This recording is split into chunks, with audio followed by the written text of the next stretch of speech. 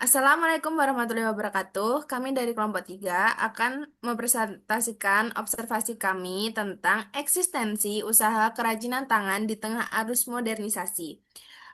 Sebelumnya perkenalkan nama saya Citra Nuri Widyastuti dari NIM 585 dan rekan saya. Saya Tirza Cornelia Agatha dengan NIM 612. Saya adalah Kusma Anggraini dengan NIM 629.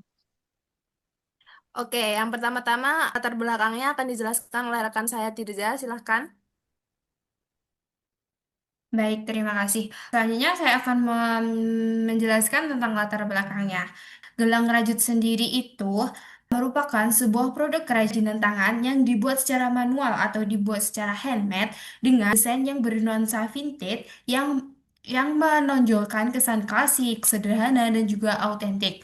Nah, tujuan usaha ini sendiri adalah untuk meningkatkan daya tarik konsumen supaya konsumen tertarik kepada produk gelang tangan buatan sendiri ini yang pastinya memiliki nilai seni yang lebih tinggi dibanding dengan produk lain atau dengan produk buatan pabrik.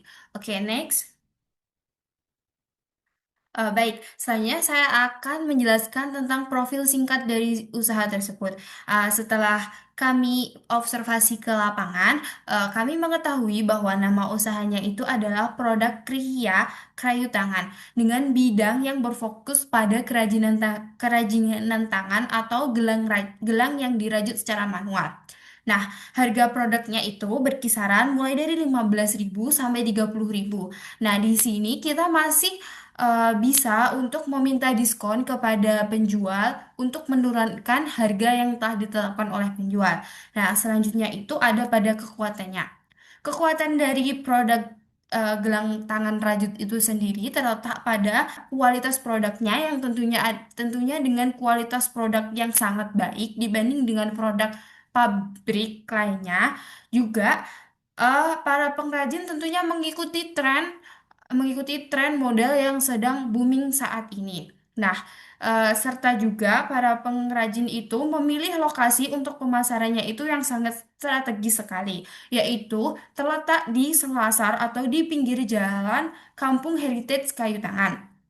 Untuk targetnya sendiri itu, biasanya mereka menargetkan kepada wanita usia sekitar 15 sampai 30 tahun yang bahwa itu biasanya pelajar, mahasiswa, dan juga pekerja muda yang mereka pastinya memiliki kegemaran untuk mengumpulkan aksesoris estetik serta juga para konsumen yang mulai beralih dari produk lainnya ke produk kerajinan tangan gelang rajut yang dibuat secara manual ini karena tentunya pasti lebih sustainable.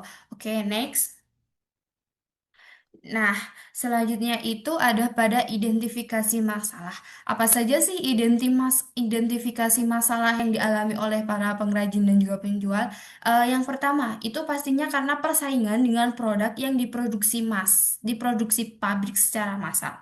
Banyak orang yang berpikir bahwa produk yang dibuat pabrik itu biasanya lebih unggul dan juga lebih murah dan pastinya mereka memiliki branding yang kuat dari segi harga dan juga dari segi produksinya serta mereka pasti memiliki distributor yang lebih luas dibandingkan dengan produk kerajinan tangan yang dibuat secara manual ini. Selanjutnya itu ada pada kurangnya identitas merek. Seperti yang kita tahu bahwa produk yang dibuat pengrajin di Kampung Heritage Kayu Tangan ini masih belum memiliki identitas merek yang pasti, sehingga produk itu sendiri masih belum memiliki branding yang kuat dan mereka itu hanya mengandalkan pembelian dari pengunjung atau dari para wisatawan yang datang untuk berkunjung ke kawasan Kampung Heritage Kayu Tangan ini. Selanjutnya itu ada pada minimnya akses pemasaran digital. Setelah kami observasi kemarin, ternyata para pengrajin, tentunya para penjual itu sendiri masih dominan memperjualbelikannya secara offline dan masih belum memanfaatkan platform media sosial atau platform marketplace sehingga tentunya dari sini dapat kita ketahui bahwa mungkin banyak orang yang masih belum mengetahui bahwa produk yang dibuat oleh para pengrajin di kayu tangan ini memiliki kualitas yang sangat baik sekali dibanding dengan produk yang lainnya. Yang terakhir itu ada pada ketergantungan pada cuaca dan kondisi jalan. Karena mereka memasarkannya di pinggir jalan atau di sela-sela kampung heritage Malang yang tentunya itu pasti padat dan padat merayat. Mereka tentunya agak terkendala dengan tempatnya yang mungkin sempit. Nah, di samping itu juga mereka terkendala pada cuaca yang pastinya kadang seperti yang kita tahu bahwa cuaca di akhir-akhir ini tidak menentu, sering hujan dan mereka sendiri atau para pengrajin itu sendiri tidak mendirikan tenda untuk menutupi gelang-gelang yang mereka jual belikan sehingga mereka eh, memiliki tantangan yang paling utama itu di pada saat ketika hujan karena seperti yang kita tahu kalau hujan pasti dagangan mereka akan kehujanan dan mereka pasti akan bingung memilih tempat untuk berteduh ketika hujan tersebut. Baik, selanjutnya akan dijelaskan oleh rekan saya. Nah, selanjutnya ada analisis teori pemasaran. Yang pertama itu segmentasi.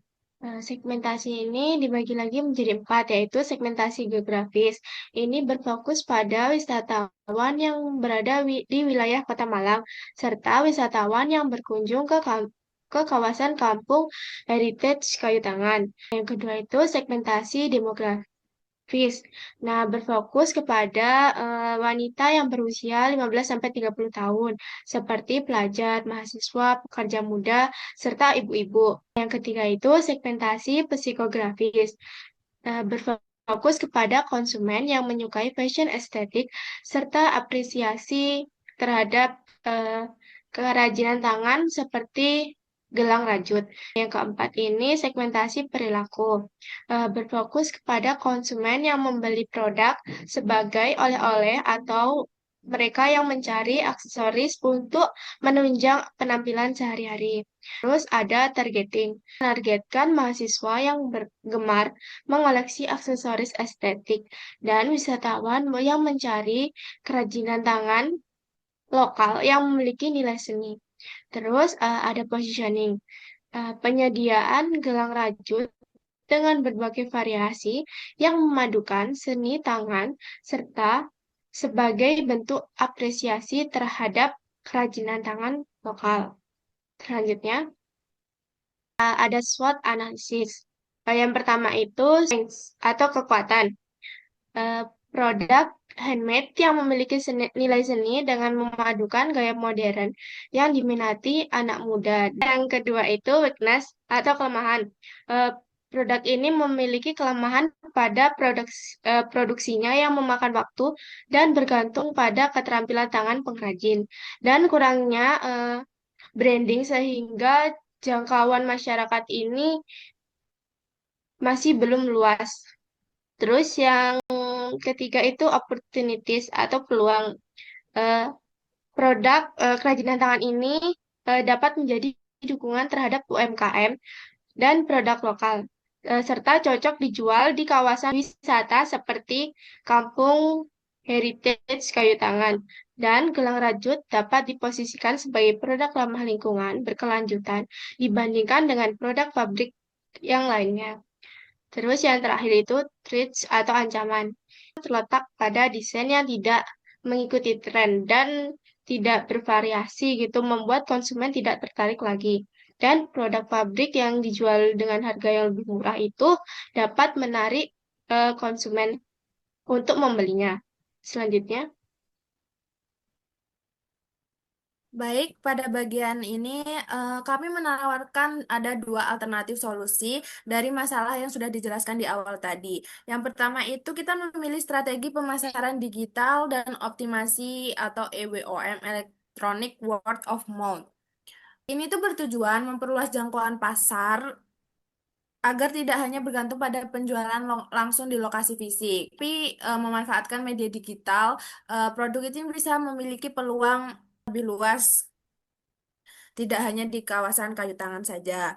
Solusi kedua ini adalah strategi branding dan reposisi produknya.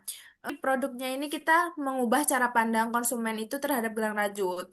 Produk ini tidak lagi diposisikan sekedar aksesori biasa, tetapi sebagai produk dengan nilai, identitas, cerita, dan gaya hidup. Melalui pemberian identitas merek atau branding yang tepat kan, gelang rajut itu diharapkan memiliki daya tarik yang lebih kuat di mata konsumen daripada produk pabrik lain yang harganya lebih murah.